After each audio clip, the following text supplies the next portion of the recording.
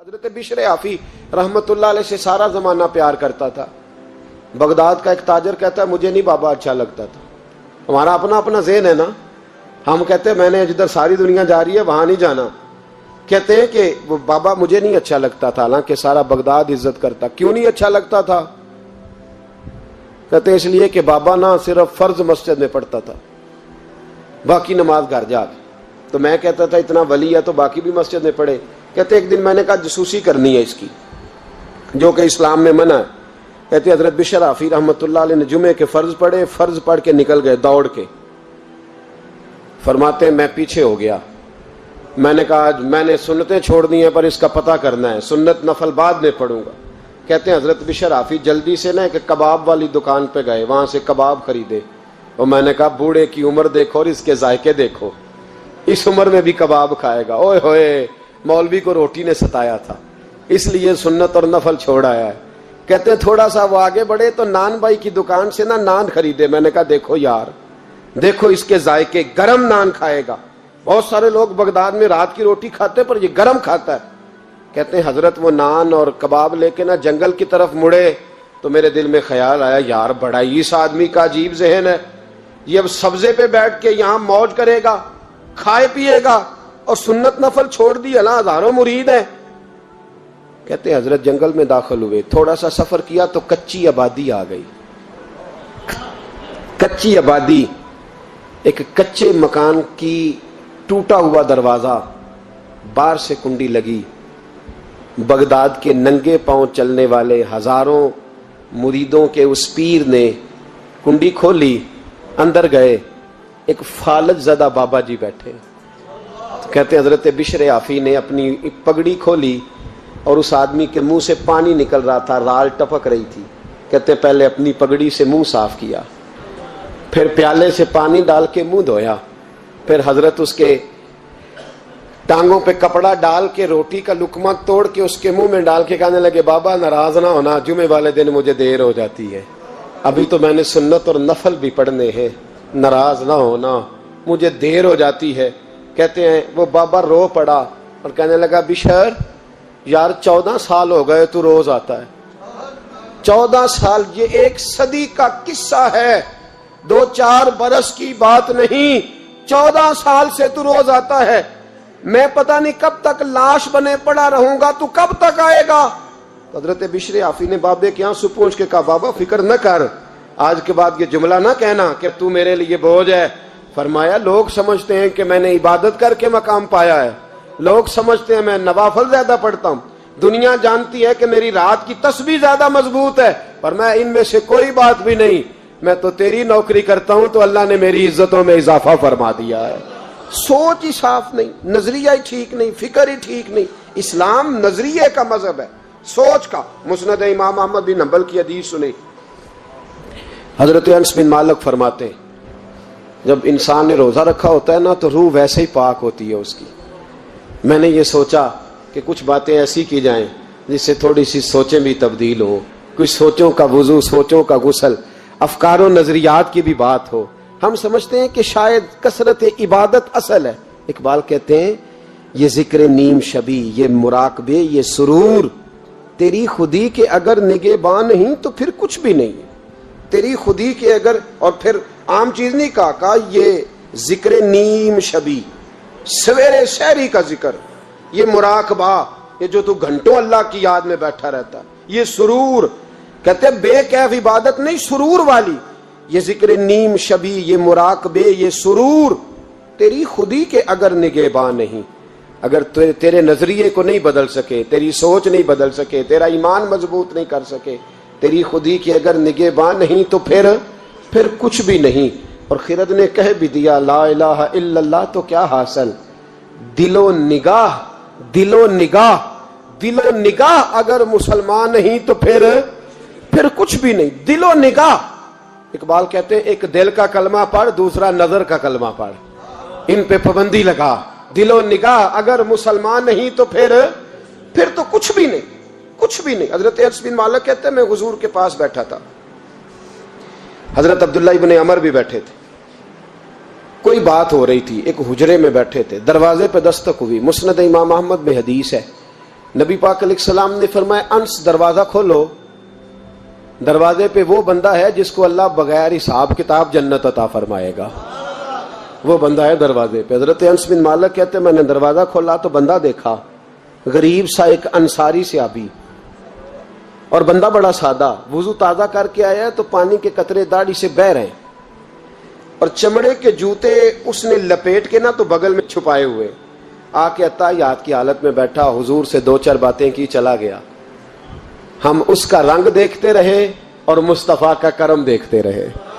اس کو حضور نے جنتی کہا ہے۔ کہتے ہیں اگلے دن اسی ٹائم اسی وقت ہم حضور کے پاس بیٹھے تھے، پھر دروازے پہ دستک ہوئی، حضور نے فرمایا دروازہ کھولو، دروازے پہ وہ بندہ ہے جسے اللہ بغیر حساب کتاب جنت عطا فرمائے گا، بغیر حساب۔ کہتے ہیں دروازہ کھولا،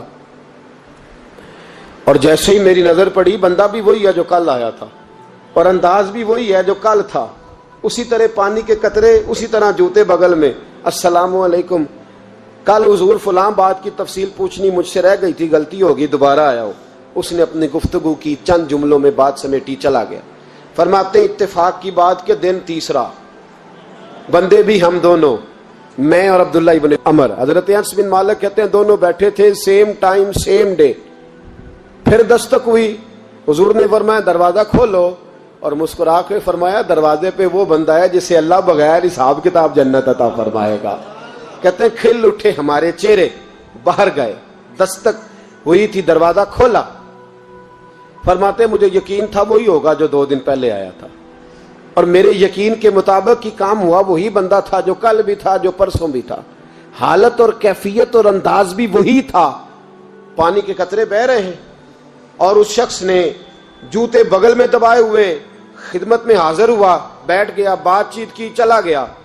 حضرت انس بن مالک کہتے ہیں تھوڑی دیر ہوئی تو حضور بھی تشریف لے گئے۔ حضرت عبداللہ ابن عمر مجھے کہنے لگے یار ویسے کتنے اس کے نصیب ہیں، کتنے نصیب ہیں، کوئی آیا لے کے چلا گیا، کوئی آیا لے کے چلا گیا، کوئی عمر بھر بھی نہ پا سکا، میرے مولا تجھ سے گلہ نہیں، یہ تو اپنا اپنا نصیب ہے، یہ تو اپنا اپنا، اور نہ کسی کے حال پہ طنز کر، نہ کسی کے غم کا مذاق اڑا، وہ جسے چاہے جیسے نواز دے، یہ مزاج لطف رسول ہے صلی اللہ تعالی علیہ وسلم۔ کہتے ہیں ہم لوگ گفتگو کرنے لگے، عبداللہ ابن عمر مجھ سے کہنے لگے یار ویسے پتہ کرنا چاہیے یہ کون سا عمل کرتا ہے، پتہ کرنا، جیسے ہم نہیں پتہ کرتے کہ یہ بندہ بڑا چمک گیا، پتہ کرو کون سا کاروبار کرتا ہے، ذرا اس کی جاسوسی تو کرو۔ اور بندے بھی بڑے سمجھدار ہیں، وہ سائیڈ بزنس نہیں بتاتے، وہ کہتے ہیں وہ جو میرا علیحدہ ہے وہ نہیں بتانا، کہیں یہ نہ شروع کر لے۔ حالانکہ انسان کے پاس جو خوبی، جو اللہ نے اسے دولت دینی ہوتی ہے، وہ اپنا اپنا نصیب ہوتا ہے، وہ گھر میں بیٹھے بھی اللہ عطا کر دیتا۔ وہ کہتے ہیں کہ پتہ کرو کیا عمل کرتا ہے، تو حضرت عبداللہ ابن عمر کہتے ہیں میں اس کے پیچھے ہو گیا، اس سے سلام لی، تو میں نے کہا مجھے 2-3 دن کے لیے مہمان بنا لو گے، مان نہ مان میں تیرا مہمان، 2-3 دن کے لیے مہمان بنا لو گے؟ تو کہتے ہیں مجھ سے کہنے لگا کوئی گھر میں جھگڑا ہو گیا، کیونکہ پڑوس میں تو تمہارا، قریب ہی تو تمہارا گھر ہے، میرے مہمان بننے کو جھگڑا ہے؟ تو میں نے کہا چلو ایسے ہی سمجھ لو، پر مجھے مہمان بنا لو۔ کہتے ہیں میں 3 دن اور 3 راتیں اس شخص کے ساتھ رہا، وہ کتنا صدقہ کرتا ہے میں نوٹ کرتا رہا، نماز کتنی پڑھتا ہے، اس کا کیا، میں چاہتا تھا کہ وہ عمل مجھے ملے، اس کی برکت سے مصطفیٰ نے اسے 3 مرتبہ جنتی فرمایا ہے تاکہ وہ کیفیات مجھے بھی ملیں۔ حضرت عبداللہ ابن عمر کہتے ہیں کہ میں نے کوئی خاص چیز نہیں دیکھی، وہ عشاء پڑھتا تو فجر تک بستر پہ کروٹیں لیتا، اور میں الحمدللہ اٹھ کے تہجد بھی پڑھتا، نوافل بھی پڑھتا۔ کہتے ہیں وہ 1 سپارہ پڑھتا، میں 3 پڑھتا۔ فرماتے اس نے 3 دنوں میں کھجور بھی صدقہ نہیں دی، کہ کھجور بھی، اور میں نے بڑے بڑے غریبوں کی مدد کی۔ میں کہنے لگا کہ عمل تو میرا زیادہ ہے اس سے، پھر خوبی کیا ہے؟ خاص توجہ کرنا، اسلام اور دین کا جو فکری اساس، جو فکری اساس ہمیں صحابہ نے دی۔ حضرت عبداللہ ابن عمر کہتے ہیں میں نے تیسرے دن اسے کہا بھائی اللہ تیرا بھلا کرے، تو نے بڑی خدمت کی، میں نے جانا ہے میرا کوئی جھگڑا نہیں ہوا تھا، میں تو بس تیرا عمل دیکھنے آیا تھا کہ تو عمل کیا کرتا ہے۔ تو وہ صحابی کہتے ہیں مجھے کہنے لگے یار تو میرا عمل دیکھنے آیا تھا، مجھے بتا تو صحیح کیا نے، اور کیوں دیکھنے آیا میرا عمل، تجھے کیا ضرورت پڑی میری جاسوسی کی؟ تو کہتے ہیں مجھ سے جب اس نے سوال کیا تو میں نے اس کو کہا بھائی تو 3 دن آیا نا ہم بیٹھے ہوئے تھے؟ کہا ہاں میں آتا رہا ہوں۔ کہا 3 دن نبی پاک نے فرمایا اللہ تجھے بغیر حساب کتاب جنت عطا فرمائے گا۔ تو میں چاہتا تھا کہ میں ذرا جاسوسی کروں، ذرا دیکھوں، کھوج لگاؤں کون سا ایسا عمل ہے، آپ بھی ذرا دھیان دیجئے گا، کون سا ایسا عمل ہے، حالانکہ تو عشاء پڑھتا ہے اور اٹھ کے فجر پڑھتا ہے، میں تہجد بھی پڑھتا ہوں، تیرا سپارہ 1 ہے میرے 3 ہے، کون سا ایسا عمل ہے جس کے سبب تجھے جنت ملے گی؟ کہتے ہیں وہ صحابی کہنے لگے یار کوئی ایسا عمل نہیں، کوئی شے نہیں، میں اس قابل ہی نہیں، من نانم کے من دانم، جو میں ہوں مجھے پتا ہے۔